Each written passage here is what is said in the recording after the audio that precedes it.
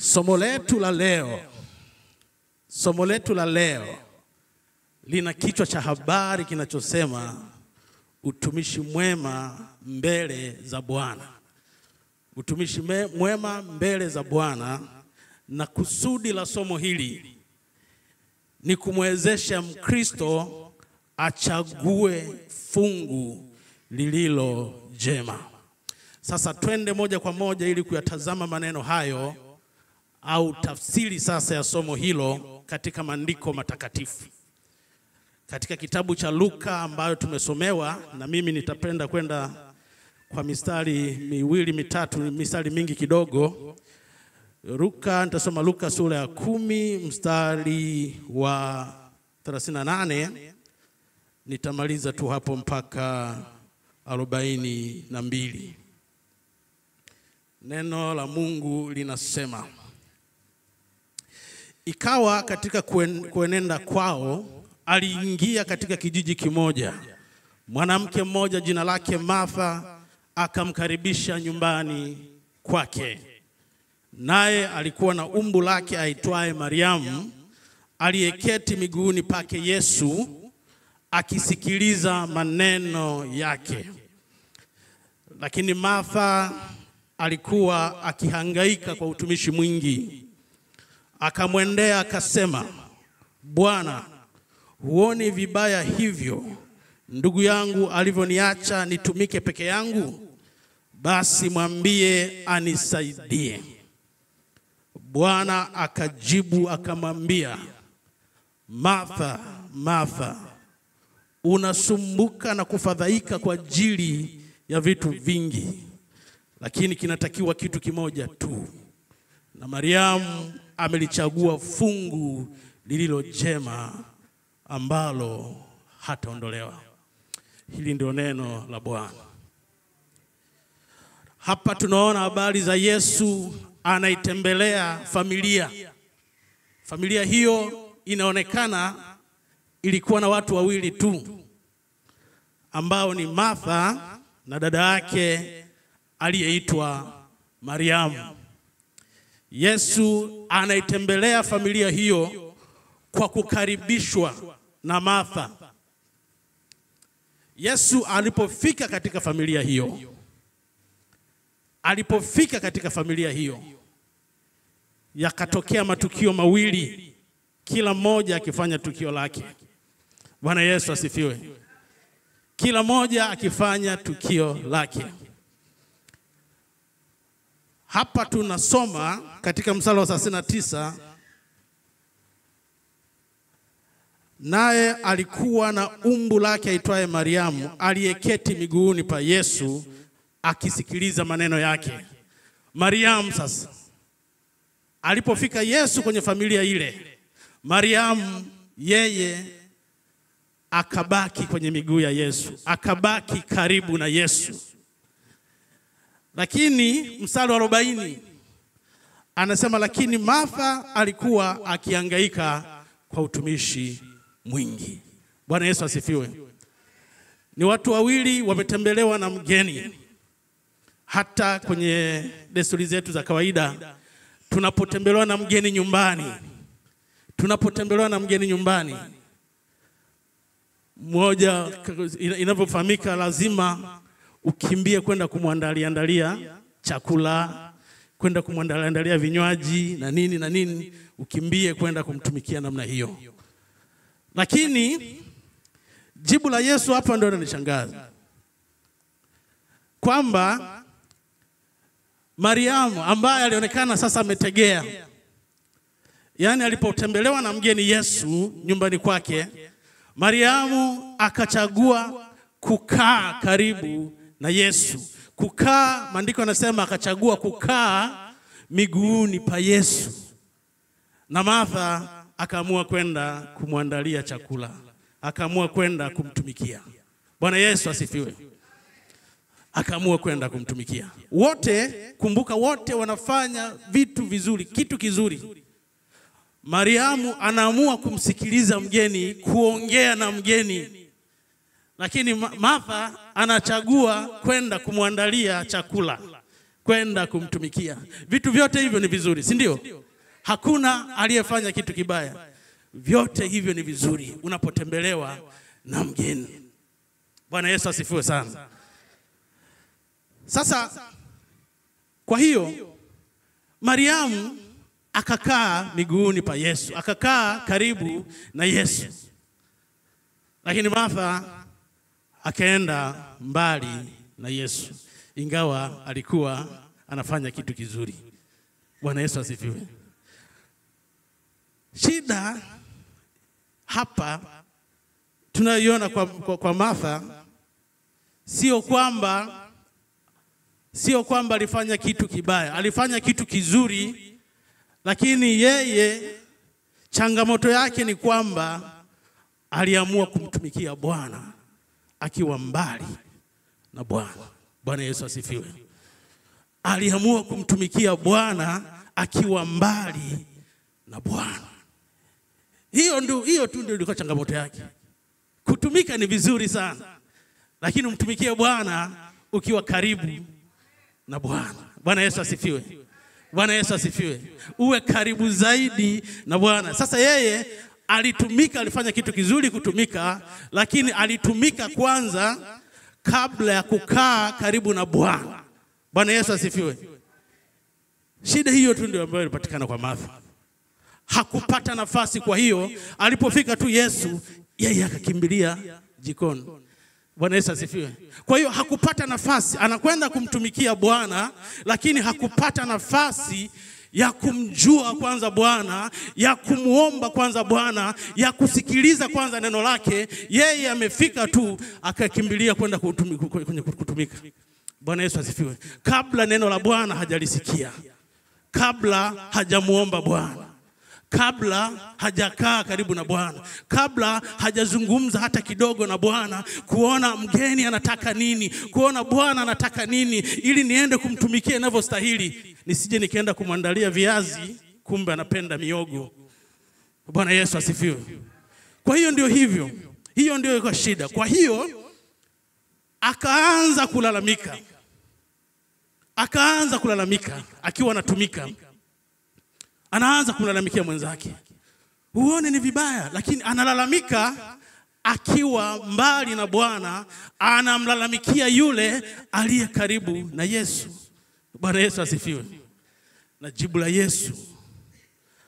la Yesu ndio picha halisi ya somo hili, utumishi mwema mbele za Bwana, au utumishi uliotukuka. Yesu akamwambia katika mstari wa 41, baada ya malalamiko sasa, Yesu akamwambia, Martha, Martha, unasumbuka na kufadhaika kwa ajili ya vitu vingi, lakini kinatakiwa kitu kimoja, na Mariamu amelichagua fungu lililo jema, ambalo hata ondolewa. Bwana Yesu asifiwe. Kwa hiyo hapo jibu la Yesu kwamba Martha anahangaika na utumishi mwingi, anahangaika na vitu vingi, lakini yule aliyechagua kukaa karibu na Yesu amechagua fungu lililo bora. Yule aliyeamua kusikiliza kwanza maneno ya Yesu kabla hajaenda kumtumikia, amechagua fungu lililo jema zaidi. Kwa hiyo ukitaka kuwa mtumishi mwema wa Mungu, ni lazima kwanza, kitu cha kwanza, ukae kwanza karibu na Bwana, usikilize neno lake, umuombe, umtumikie ukiwa tayari umeshakuwa karibu na yeye. Bwana Yesu asifiwe. Usiende kumtumikia kabla hujalisikiza neno lake. Usiende kumtumikia kabla hajasema nawe neno la kwake. Bwana Yesu asifiwe. Hata katika dunia hii ya sasa hivi, katika dunia ya leo, wangapi wanafahamu machawa? Unamfahamu chawa wa Diamond?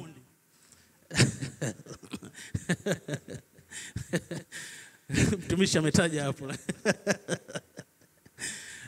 Watu maarufu wanakuaga na chawa. Machawa ni watu ambao wao ni kukaa karibu tu na bosi, au kukaa karibu na tajiri, au karibu na superstar. Kazi yake ni kumpamba pamba tu.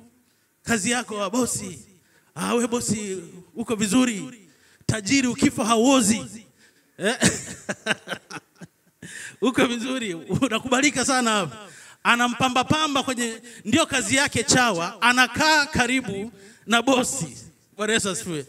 Na unashangaa chawa anaweza akapata pesa nyingi sana kutoka kwa bosi kuliko mtu anayemtumikia bosi, kuliko mfanyakazi wa bosi. Na unashangaa, yani yeye ile kuwa karibu na bosi, kumpamba pamba, kusikiliza kuna nini, kumwambia dili na nini na hivi, anapata pesa nyingi zaidi au analipwa vizuri zaidi na bosi kuliko hata mfanyakazi mwingine wa bosi. Bwana Yesu asifiwe. Nataka nikwambie leo, kubali kuwa chawa wa Yesu. Kubali kuwa chawa wa Yesu leo. Ukae karibu kwanza na Bwana. Ukae karibu, ulisikilize neno lake, usikilize kusudi lake, usikilize sheria yake, uzisikilize njia zake anavyotaka ufanye. Ukiwa karibu na Bwana, kabla hujamtumikia, uwe karibu kwanza na Bwana. Kabla kumtumikia, upate nafasi ya kumjua, upate nafasi ya kujua uweza wake, upate nafasi ya kuzijua fadhili zake, upate nafasi ya kujua rehema zake na uaminifu wake na nguvu zake na utukufu wake na fadhili zake. Umjue kwanza kabla hujaenda kumtumikia. Ukienda kumtumikia kabla hujakaa naye karibu, kuna uhakika wa kufeli. Bwana Yesu asifiwe. Au kama hautafeli, basi utakuwa unatumika bila mapenzi yake. Bwana Yesu asifiwe. Na hapo ndipo Yesu alipomwambia Martha, Martha, unahangaika na kufadhaika kwa ajili ya vitu vingi, na Mariamu amelichagua fungu lililo jema ambalo hataondolewa. Sasa madhara hayo ya kutumika kama alivyotumika Martha akiwa mbali na Bwana, madhara yake ni makubwa mno. Mtu anamtumikia Bwana kabla hajalijua neno lake. Mtu anamtumikia Bwana kabla hajamuomba. Mtu anamtumikia Bwana kabla hajasikiliza anataka nini. Ndio maana yule mwimbaji akasema, nataka nimjue Yesu na nizidi kumsikia, nijue pendo lake na wokovu wake kamili, zaidi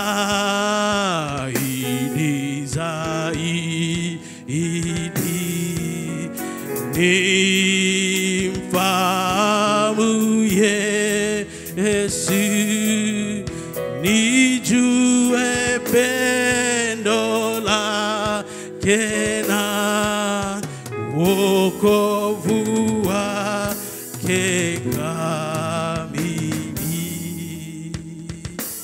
Bwana Yesu asifiwe. Kwa usihangaike na utumishi mwingi.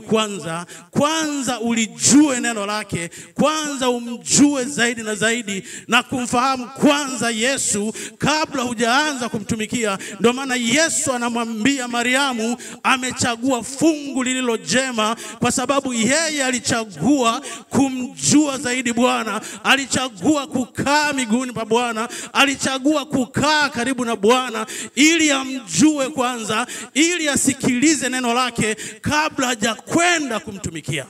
Bwana Yesu asifiwe.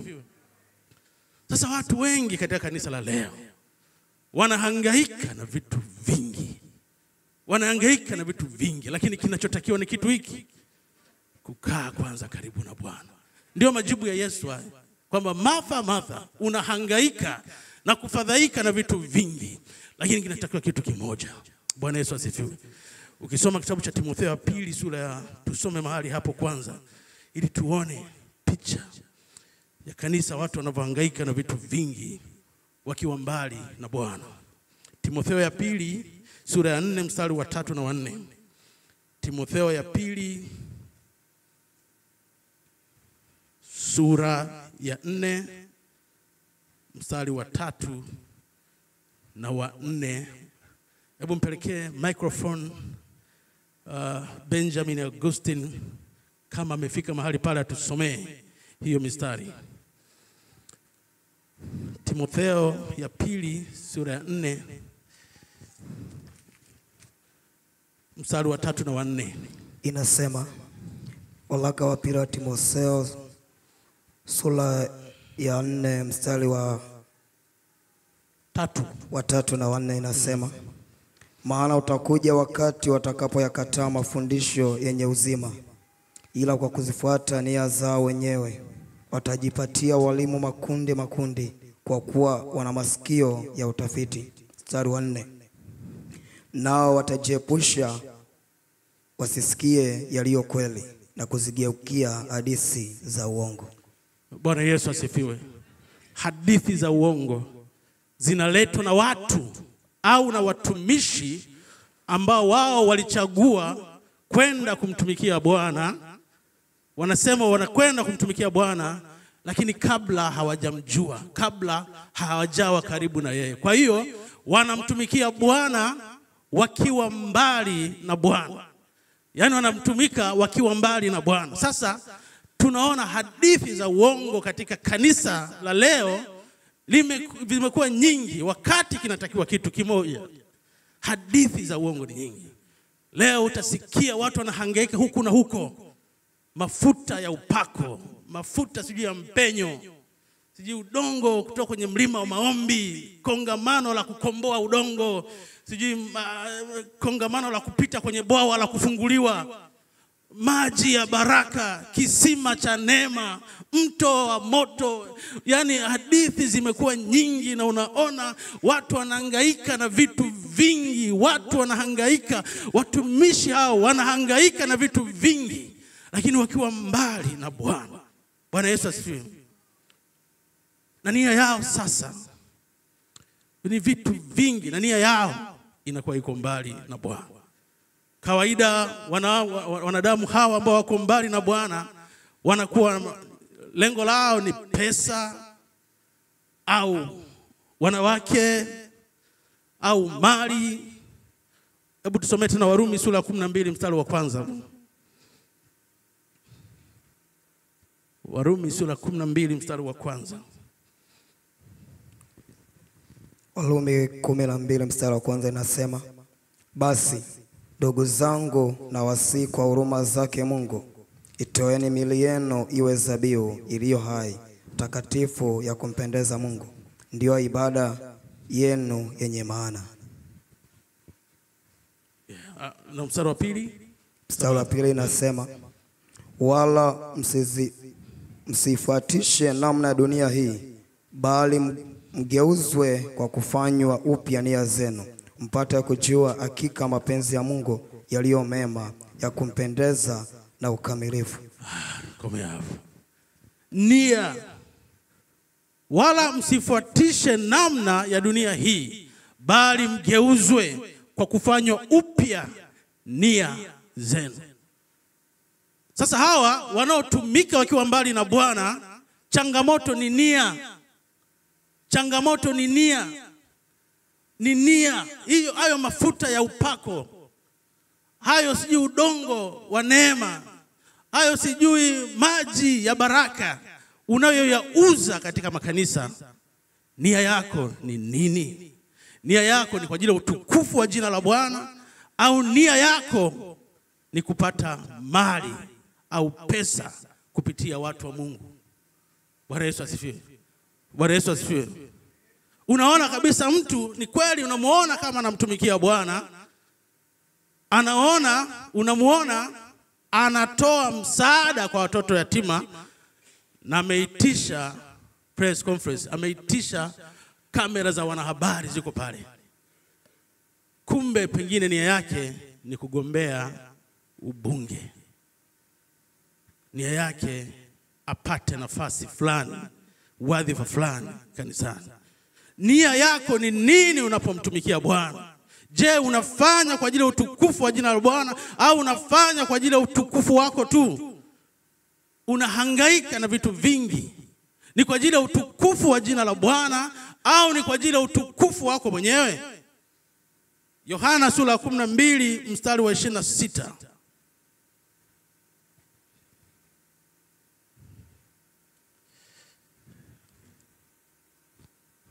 Somo letu la pili hilo. Unaweza kanisomea hapo.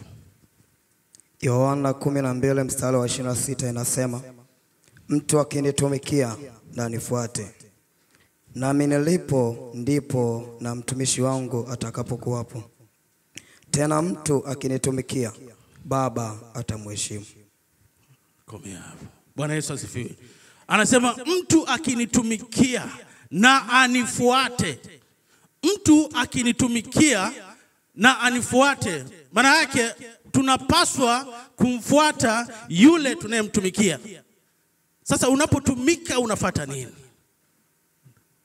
Kwa kanisa leo unaweza kaona kijana ana kipaji kizuri kabisa, mwimbaji mzuri kabisa, anamwimbia Bwana, kumbe yuko pale kafata kabinti fulani. Bwana Yesu asifiwe. Yuko pale kwa ajili ya kabinti. Neno la Mungu linasema mtu akinitumikia na anifuate. Ukitaka kuwa mtumishi mwema wa Kristo ni lazima kumfuata Bwana. Mtu akinitumikia na anifuate, maana kama unamfuata Bwana utakuwa karibu naye. Yeye atakuongoza, yeye atakufundisha, yeye atakupatia neno lake na utapata nafasi ya kumjua zaidi na zaidi. Nia yako ni nini unapomtumikia Bwana? Unamwona mtu ni mtume. Wengine wanasema yeye anajiita, kuna mtu anaitwa askofu, mtume na nabii. Mwingine wanajiita kuhani bingwa. Bwana Yesu asifiwe. Kuhani bingwa.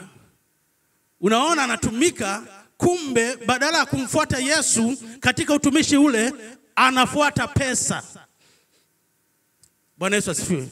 Ndio maana mtume Paulo anasema itoeni miili yenu ya dhabihu iliyo hai, takatifu, ya kumpendeza Mungu, ndiyo ibada yenu yenye maana, wala msifuatishe namna dunia hii, bali mgeuzwe upya kwa kufanya upya nia zenu.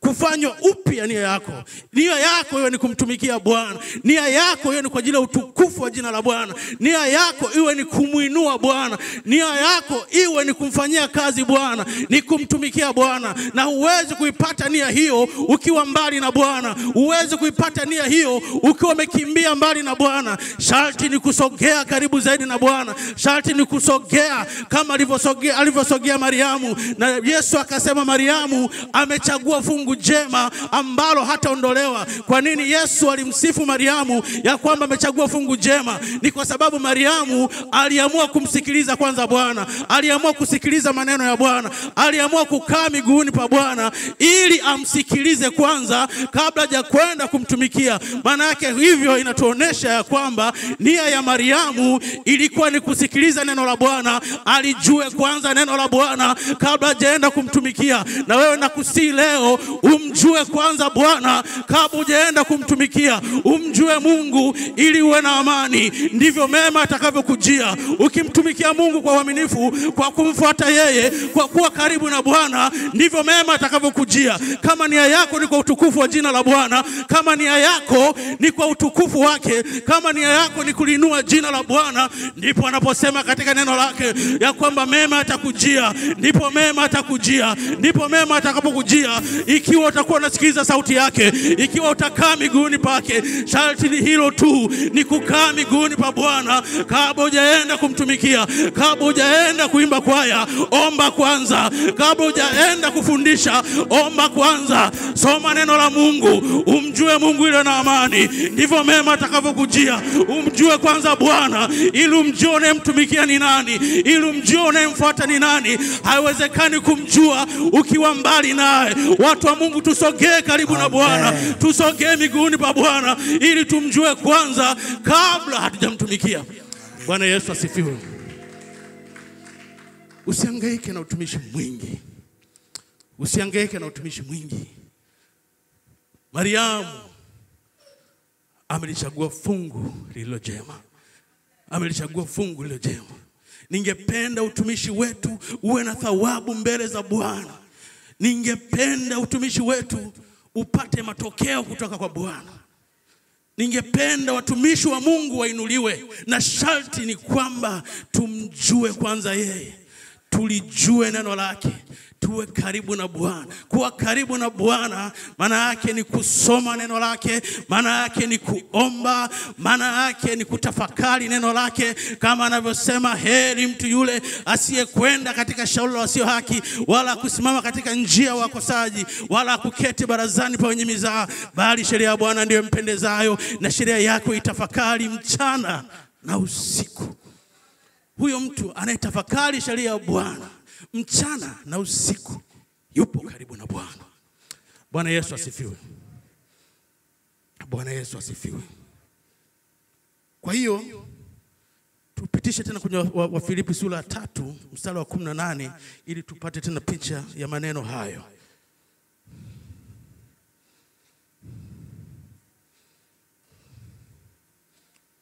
Filipi sura 3 mstari wa 18. Wafilipi sura 3 mstari wa 18 inasema, maana wengi wenenda ambao nimewaambieni mara nyingi habari zao, na sasa nawaambia hata kwa machozi, kuwa ni adui wa msalaba wa Kristo. Endelea mpaka mstari wa 19. Mstari wa 19 nasema, mwisho wao ni uharibifu, Mungu wao ni tumbo, utukufu wao u katika fezea. Tarudia, mwisho wao ni uharibifu, Mungu wao ni tumbo, utukufu wao u katika fezea yao, waniao mambo ya duniani. Nia imerudiwa pale. Nia imerudiwa, waniao mambo duniani. Unamuona kabisa, na kwenye television ana wafuasi wengi, na wafuasi mpaka 1,000,000, kanisa linajaa mpaka nje, lakini nia, Mungu wao ni Mungu wao ni tumbo. Bwana Yesu asifiwe. Ipo clip moja niliona, nafikiri wengi tulishaiona. Mtumishi anawalazimisha, mimi sikulazimishi wewe utoe sadaka. Mpaka leo, mpaka tunakufundisha kwa ukali, ukutoa sadaka. Kama utaki acha. Sikulazimishi kutoa sadaka. Kama utaki acha. Ipo siku nitakuja niwachape viboko huko kanisani, ndio mtajua na maana kumtolea Bwana. Bwana Yesu asifiwe. Mungu wao ni tumbo kwa nje, au unamuona kama anamtumikia Bwana, na Bwana anasema mtu akinitumikia na anifuate. Unamuona kwa nje kama anamfuata Bwana, unamuona kama anamtumikia Bwana, kumbe anatumikia.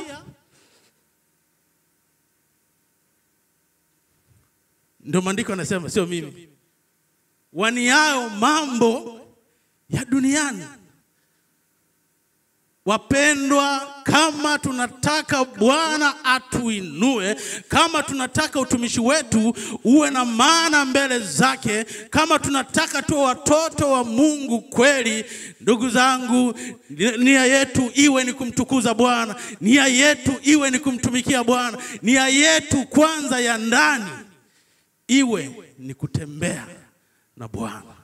Bwana Yesu asifiwe. Ni kutembea na Bwana. Kama unataka kumsifu Bwana, kama unataka kumwadhimisha Bwana, kama unataka kumtukuza Bwana, nia yako iwe ni kwa utukufu wa jina la Bwana. Nia yako ni kumfanyia Bwana kelele za shangwe. Nia yako ni kumuinua Bwana, sio nia yako kuwa na makando mengine ambayo unayataka, ambayo hayawezi kuonekana kwa macho ya nyama. Bwana Yesu asifiwe.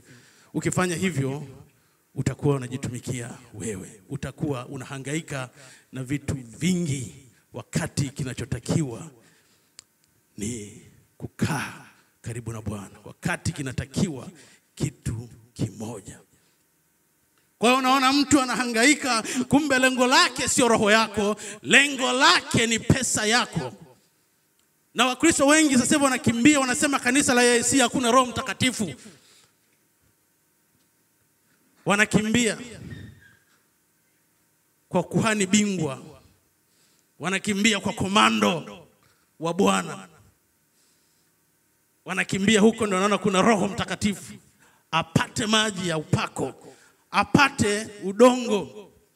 Sasa hivi nyumba za Wakristo wengi sasa hivi imekuwa kama kwa mganga wa kienyeji. Yaani hapa pembeni ana maji ya upako, hapa ana birika la utakaso, hapa ana mafuta ya baraka, hapa ana udongo wa kukombolewa, hapo kuna kitambaa cha kuvunja laana.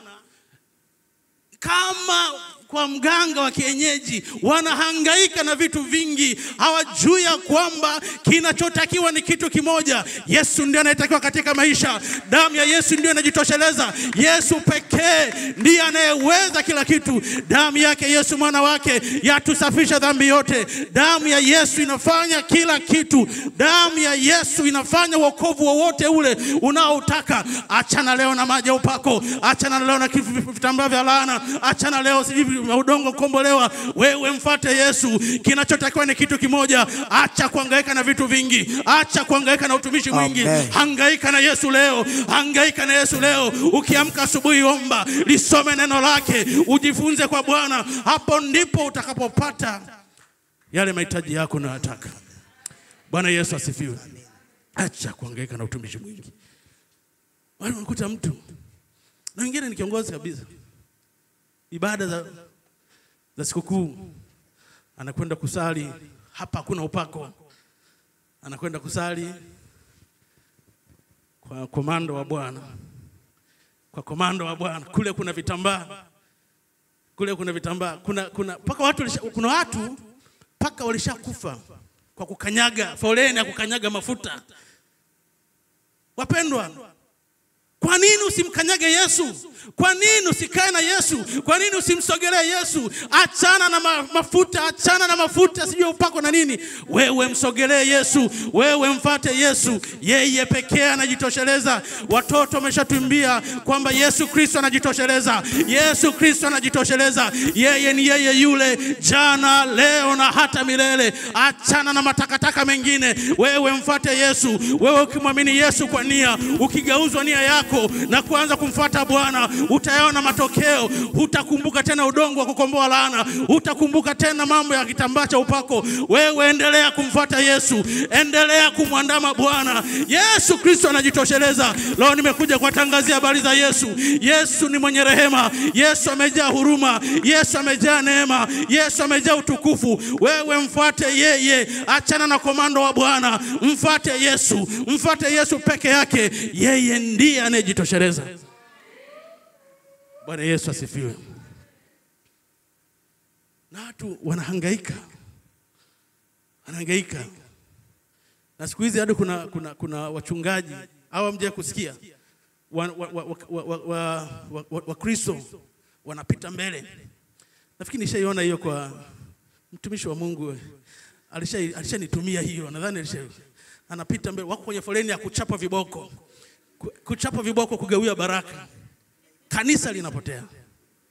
Anatoka huyo anachapa viboko 2, 3. Ukichapa vingi ndio baraka zako ni nyingi zaidi.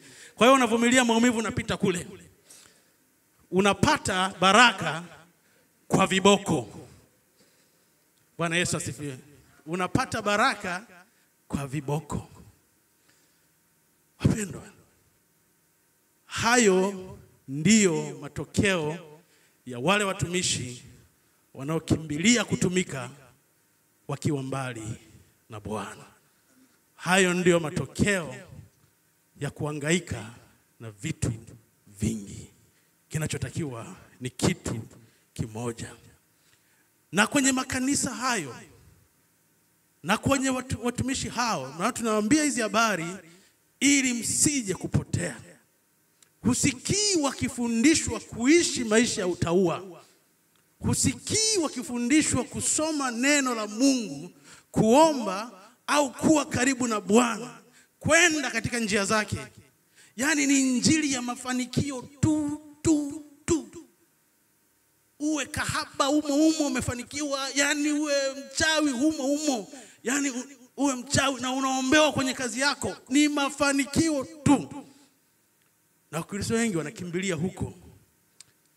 Wanasahau neno moja, kwamba Bwana anataka kwanza mafanikio ya roho yako kabla hajaingia kwenye mafanikio ya mwili wako. Bwana Yesu asifiwe.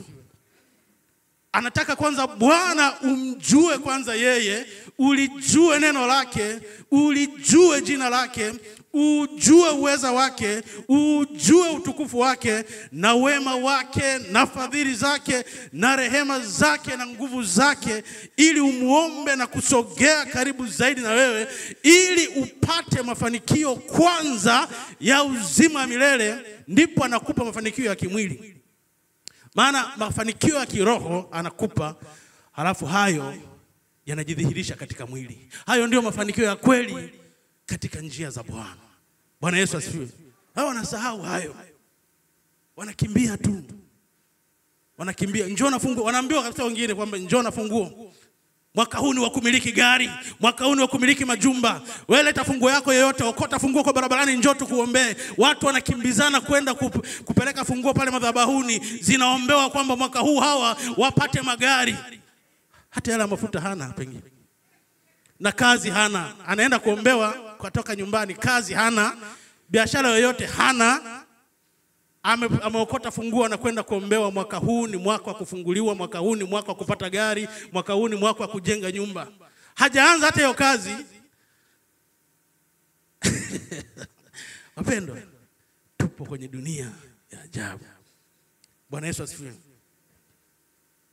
Kumbuka neno la Mungu linasema, kwa maana jinsi hii Mungu aliupenda ulimwengu hata akamtoa mwanawe pekee, ili kila mwamini asipotee bali awe na uzima wa milele. Hicho ndicho Bwana anachokitaka, kwamba gharama yake ya kufa msalabani haikuwa rahisi. Neno la Mungu linasema, na jasho kama matone ya damu vikamtoka, vikatiririka mpaka chini. Haikuwa rahisi mwana wa damu alivyoangikwa pale mtini. Ni kwa sababu anachotaka tupate uzima wa milele, ili kila mwamini asipotee bali awe na uzima wa milele. Bwana hataki hata mtu mmoja apotee, bali kila mmoja wetu akapate kuifikiria toba.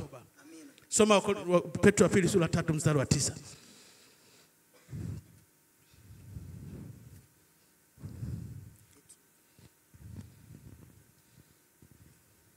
Petro wa pili sura 3 mstari wa 9. Waraka wa pili wa Petro sura ya 3 mstari wa 9 inasema, Bwana akawii kuitimiza ahadi yake, kama wengine wanavyokuzania kukawia, bali uvumilia kwenu, maana hapendi mtu yeyote apotee, bali wote wafikiria toba. Bwana Yesu asifiwe. Bwana aanzi kuhangaika na hayo magari, sijui majumba, sijui mavyeo, mandoa, sijui manini. Haanzi kwanza kuhangaika na hayo. Bwana hataki mtu yeyote apotee, bali kila mmoja akapate kuifikiria toba. Sio kuifikiria, kuifikiria, kuifikia. Yani hapendi mtu yeyote apotee, bali kila mmoja wetu akapate kuifikiria toba. Bwana Yesu asifiwe. Kila mmoja wetu akapate kuifikiria toba. Hayo ndio mafanikio ya msingi ya kwanza ambayo Bwana anataka Mkristo awe nayo, ambayo Bwana anataka mtu anayemwamini awe nayo. Bwana hataki hata mmoja wetu apotee, bali kila mmoja wetu akapate kuifikiria toba. Bwana Yesu asifiwe. Kila mmoja wetu akapate kufikiria toba. Sasa watu wanawaza mafanikio ya nje tu kabla mafanikio ya rohoni. Watu wanawaza mafanikio ya nje tu. Hebu soma Wakorintho wa kwanza sura 15 mstari wa 19. Wakorintho wa kwanza sura 15 mstari wa 19. Ili tuone hapo. Sawa. Tuone. Wakorintho wa kwanza sura 15 mstari wa 19. Waraka wa kwanza kwa Wakorintho sura ya 15 mstari wa 19. Inasema, kama katika maisha haya tu tumemtumainia Kristo, sisi tu maskini kuliko watu wote. Kama katika maisha haya tu, kama wewe unakuja kanisani kwa kuangalia maisha haya tu, kwa kuangalia magari tu, kwa kuangalia majumba tu, kwa kuangalia afya njema tu, wewe ni maskini kuliko watu wote. Maskini. Hakuna, ndicho neno la Mungu linavyosema. Kama katika maisha haya tu tumemtumaini Kristo, sisi tu masikini kuliko watu wote. Aliwahi kufafanua wiki iliyopita au wiki mbili zilizopita mchungaji. Kwa Kiingereza wanaita neno miserable. Sisi tu masikini kuliko watu. Ni wa kusikitikiwa. Ni wa kuonewa huruma kuliko mtu mwingine yeyote. Yani kama unamtafuta Bwana kwa ajili ya kutaka kuinuliwa tu katika maisha haya, kwa ajili ya kutaka mafanikio tu ya maisha haya, wewe ni wa kuhurumiwa, ni wa kusikitikiwa, ni wa kusononekewa kuliko watu wote, kwa sababu wewe umewaza mambo ya dunia tu. Tumemfuata Yesu ili tupate uzima wa milele. Tumemfuata Yesu ili turithi baraka zake. Tumemfuata Yesu ili tuingie kwenye kile kitabu cha uzima. Bwana Yesu asifiwe. Ndio maana Yesu akawaambia wale wanafunzi wake, akasema nalimuona shetani. Walifurahi, aliwatuma wakaitende kazi yake. Walikuwa karibu naye, waliposikiliza neno lake akawatuma wakaitende kazi yake. Walipokwenda kule wale 70, neno la Mungu linasema ndipo wale 70 waliporudi kwa furaha, wakasema Bwana, hata pepo wanatutii kwa jina lako. Hiyo ndio ilikuwa furaha yao hiyo. Hata pepo anatutii kwa jina lako. Yeye akasema nalimuona shetani akishuka kutoka mbinguni kama umeme. Tazama nimewapa amri ya kukanyaga nyoka na nge na nguvu zote za yule adui, wala hakuna kitu chochote kitakachowadhuru. Lakini msifurahi kwa vile pepo anavyowatii, anatoa tahadhari, bali furahini kwa vile majina yenu yameandikwa mbinguni. Furahi kwa sababu jina lako limeandikwa mbinguni. Hiyo ndio baraka ya kwanza ambayo Bwana anaitaka urithi uzima wa milele. Usifurahi kwa vile mapepo anakutii. Usifurahi tu kwa vile Bwana amekuwezesha mali. Usifurahi tu kwa vile Bwana amekuwezesha afya njema. Usifurahi tu kwa vile Bwana amekuwezesha majumba, lakini furahi kwa vile jina lako limeandikwa mbinguni. Hiyo ndio furaha kuu ya Mkristo. Hiyo ndio furaha ambayo kila mmoja wetu yuko nayo, ya kwamba majina yetu yameandikwa mbinguni. Majina yetu yameandikwa mbinguni. Bwana Yesu asifiwe. Bwana Yesu asifiwe. Kama katika maisha haya tu. Kwa hiyo tunapaswa kumfuata Yesu si kwa kuangalia maisha haya tu, bali tuangalie na maisha yajayo. Hapo ndipo tutakuwa tunatumaini. Hapo ndipo kutakuwa na faida ya kumfuata Yesu. Hapo ndipo kutakuwa na baraka za kweli kutoka kwa Bwana. Ikiwa unamfuata Yesu kwa kuangalia ng'ambo, kwa kuangalia uzima wa milele, hiyo ndiyo baraka kuu ambayo Bwana anataka uirithi katika maisha yako. Bwana Yesu asifiwe. Bwana Yesu asifiwe sana. Kwa hiyo tuendelee kuchagua fungu lililo jema. Tuchague fungu la Mariamu, la kusikiliza kwanza maneno ya Bwana, la kumjua kwanza Bwana, la kumpenda kwanza Bwana, kusikiliza neno lake. Neno lake ni taa ya miguu. Neno lake liwe taa ya miguu yako, kama Daudi alivyosema, neno lako ni taa ya miguu yangu, maana linamulika, ni mwangaza wa njia zangu. Nimeapa nami nitaifikiriza kuzishika hukumu za haki yake. Neno la Bwana uweze kulipata ukiwa mbali naye. Inabidi usogee kama alivyosogea Mariamu aliyechagua fungu jema. Na wewe leo sogea karibu zaidi na Yesu. Endelea kumsogelea kila siku ili uchague fungu lilo jema kama alivyochagua Mariamu. Usichague fungu la kukaa mbali na Bwana. Usichague fungu la kutumika ukiwa mbali na Bwana. Utumike kwa ajili ya utukufu wa Bwana. Usitumike kwa ajili ya utukufu wako mwenyewe. mwenyewe, na siri ni moja, ni kukaa karibu na Bwana ili akupe maelekezo, ili umjue zaidi, ili upate nafasi ya kumwabudu zaidi, ili upate nafasi ya kumuomba zaidi, kwamba Bwana unisaidie katika utumishi huu, nitumike sawa sawa na mapenzi yako. Kwa nafasi yote ile unayo, wewe tumika kwa ajili ya mapenzi ya Bwana, utumike kwa ajili ya utukufu wa Bwana, utumike kwa kabla hujatumika, utumike kwanza katika hekalu la Bwana ukimsikiliza Bwana kwanza. Bwana Yesu asifiwe. Chagua fungu lilo jema la kukaa karibu na Bwana. Turudie wimbo Tenzi za Rohoni namba 47 ili Bwana atuvute zaidi kwake. Ni wako wewe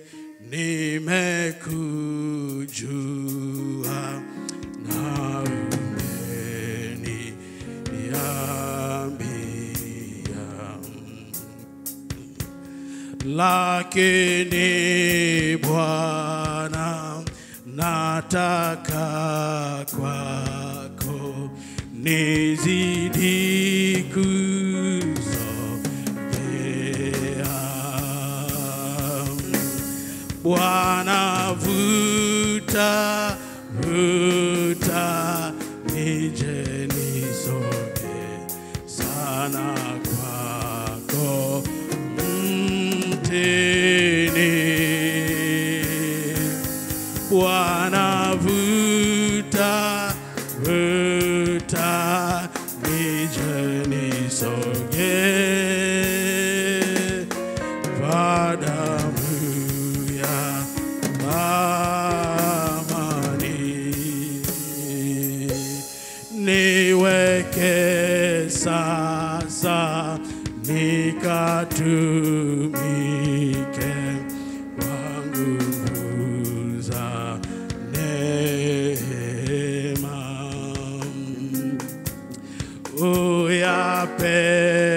Uyapendayo nami nipende, nizidi kukuandama. Endelea kutafakari neno la Bwana.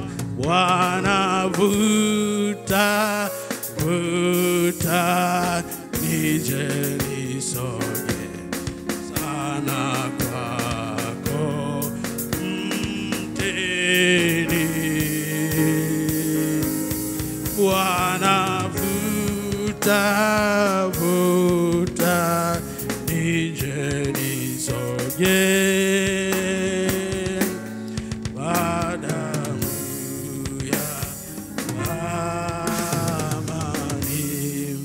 Ikiwa kuna mtu anataka angependa kuwa karibu zaidi na Bwana, asogee tuombe pamoja ili Bwana amvute karibu zaidi na yeye. Natamani watu wote na pengine watu wote tungependa kuwa karibu na Bwana. Tungependa kumsogelea zaidi Bwana. Ikiwa una shauku hiyo ya kuwa karibu zaidi na Bwana, nafasi yako ya kusogea mbele za Bwana ili Bwana akusogeze karibu zaidi na yeye, ili Bwana akutumie kama apendavyo. Hausogei mbele ya mchungaji, bali unasogea mbele za Bwana. Hausogei mbele ya mhubiri, bali unasogea kwa Bwana. Ikiwa una shauku hiyo ndani yako, ikiwa unataka kumtumikia Bwana kwa kweli, ikiwa unataka Bwana akutumiwe kadiri apendavyo, sogea karibu zaidi na Bwana. Njoo tuombe pamoja ili Bwana awe karibu zaidi na wewe. Hiyo ndio furaha kuu. Hiyo ndio furaha kuu. Neno la Bwana linasema wala hakuna furaha iliyo kuu kuliko hii, kusikia kwamba watoto wangu wanakwenda katika kweli. Ukwende katika kweli, uenende wa kumfuata Bwana. Kama una shauku hiyo, sogea. Sogea, usimwangalie ndugu yako, maana safari ni ya kwako, maisha ni ya kwako, na Bwana ni wa kwako. Bwana atakutumia kadiri apendavyo, na Bwana atakuinua ukiwa karibu zaidi na wewe. Na usifikirie maisha haya tu, fikiria maisha yajayo, kufikiria uzima wa milele. Lakini msifurahi kwa vile pepo anavyowatii, bali furahini kwa vile majina yenu yameandikwa mbinguni.